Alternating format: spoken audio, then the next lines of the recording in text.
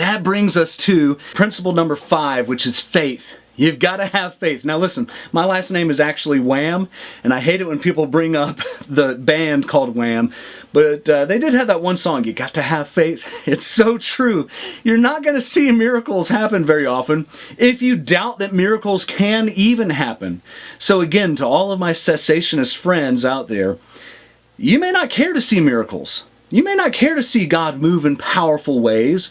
You may not care to see Him circumvent the normal process of cause and effect, because that keeps God within your box. But I want to worship a God who's bigger than any box that I can imagine and put Him in.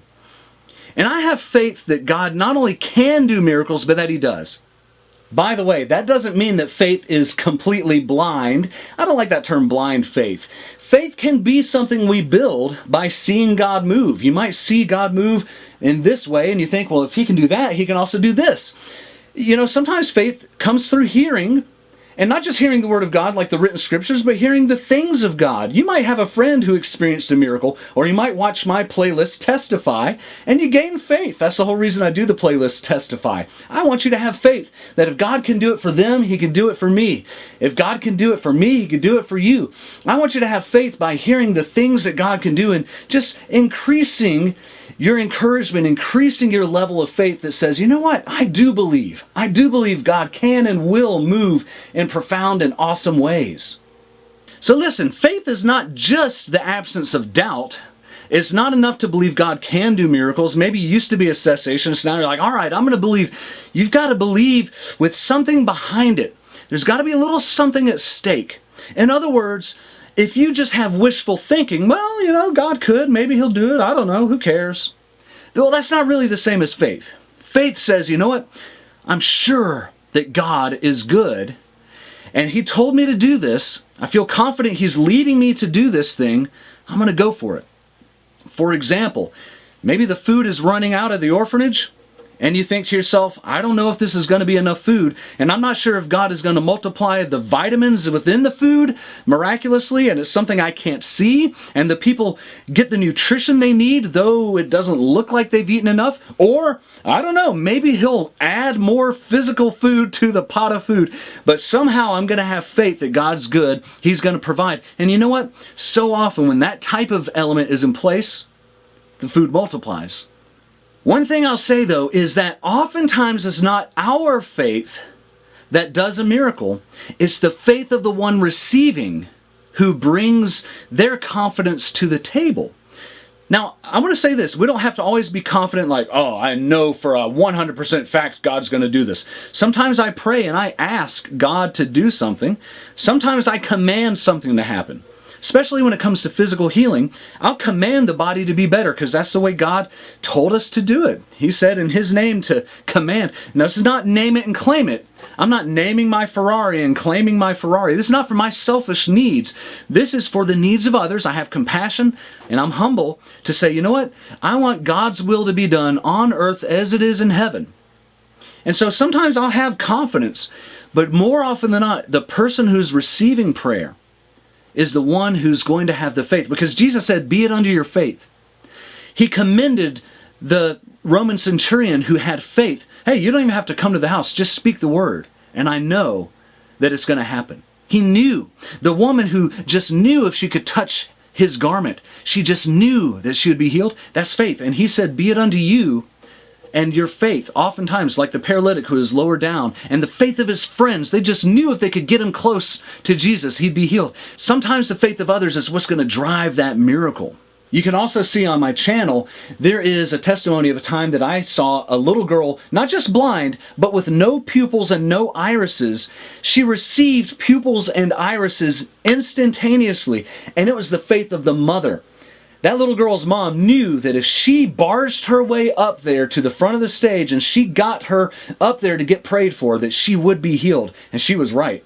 It was the faith of the crowd who was pressing in. They knew that miracles were about to happen. They just knew. They just had faith.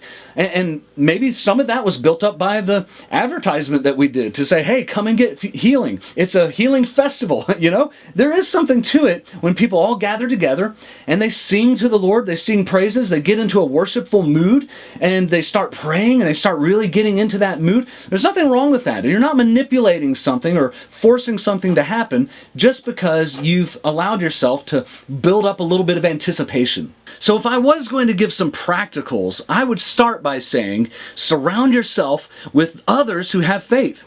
Build your own faith up. Remember the things of God. Think back on the things that God's already done. Remind yourself, He's good. You know what? I doubted, but then He came through. He came through at the last minute the other time. Oh, and remember that one time He did this? If you'll do that and spend some time remembering how good God is, tell others about miracles God has done to build their faith up, to believe, to start thinking, hey, if He could do it for them, maybe He'll do it for me. And if you'll surround yourself with others who really believe, that can oftentimes be an environment where God chooses to move and meet our expectations. Again, we don't earn it, but God chooses to meet our expectations because He wants partners. He wants those who are hungry for Him, who have zeal for His kingdom, who expect more than the average status quo. Surround yourself with people who believe. You know, Jesus, it says, could not do any miracles in a certain town where there was no faith. Nobody had faith. And it says that Jesus, God in the flesh, could do no miracles. It's not because as God He couldn't do it, but as a man He couldn't do it. And there are times when I don't see a miracle happen. I've been in environments where I've prayed and I had all the faith and everything was lining up like it normally should to see a miracle. And for whatever reason, the miracle didn't happen. I'm not going to allow that to down my faith, though.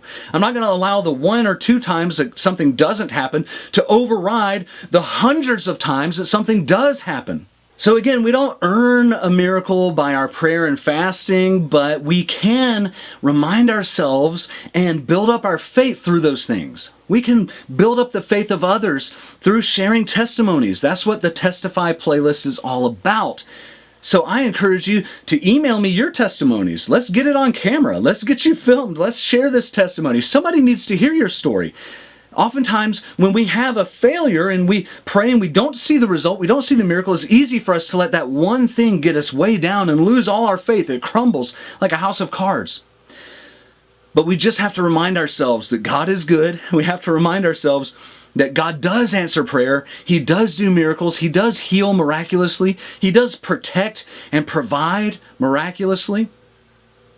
And I think that maybe one of you just needed to hear today, you can do miracles. Maybe you thought you were unworthy. Maybe you thought you've sinned too much.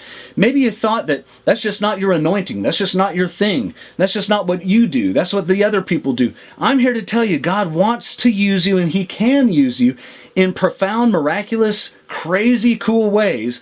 Not just with physical healing. It might be through provision. It might be through deliverance of demons. You know, even though we don't have as much overt witchcraft here in the States, it's still going on, and there's a lot of demonic activity that needs you to come and set people free from. I've seen a lot of other incredible, crazy things that I don't have time to share in this video, but I encourage you to subscribe to SpiritLife because I am going to be sharing more incredible stories, stuff you may not even believe at first, but I'm telling you, God is so awesome and He does such amazing, mind-blowing things. You know, the Bible says when we talk about those things, that's an act of worship in itself. A book of remembrance in heaven is recorded every time people talk about the Lord and how good He is and what He's done for them. I want to go to heaven and read that book. Can you imagine? We've got all of eternity, and we're not going to be bored because God is so amazing. But we're going to get to read that book and see all the miracles that God has done, all the ways He's woven together the people of God, all the things He did behind the scenes to make something happen with the perfect timing. I just worship the Lord because He's good. When I see a miracle, I think God is good. You know what? When I don't see a miracle, I know that God's still good, and I worship Him, and I praise Him, whether I see the result of my prayer or the thing I want or not. But I do tell you this, Miracles are for today. They're for you. And I encourage you to tune into the channel, subscribe, share this video with somebody else. Hit the like button because that'll help the algorithm to boost this. And I really encourage you to take a look at the playlist right here because Testify will share so many incredible miracles, including, for example, a man with paralysis instantly healed. Lord, in Jesus' name, I pray that you'll give faith to everyone who's listening, zeal to see your kingdom come, your will be done on earth as it is in heaven, and that compassion that it requires for us to feel the kindness of the Lord, for everyone to have life and life abundant. Humble us. Let us know that you do miracles. It's not our own power. It's not witchcraft, but God, help us in Jesus' name to be the people of God exercising your power on this earth. In Jesus' name, amen.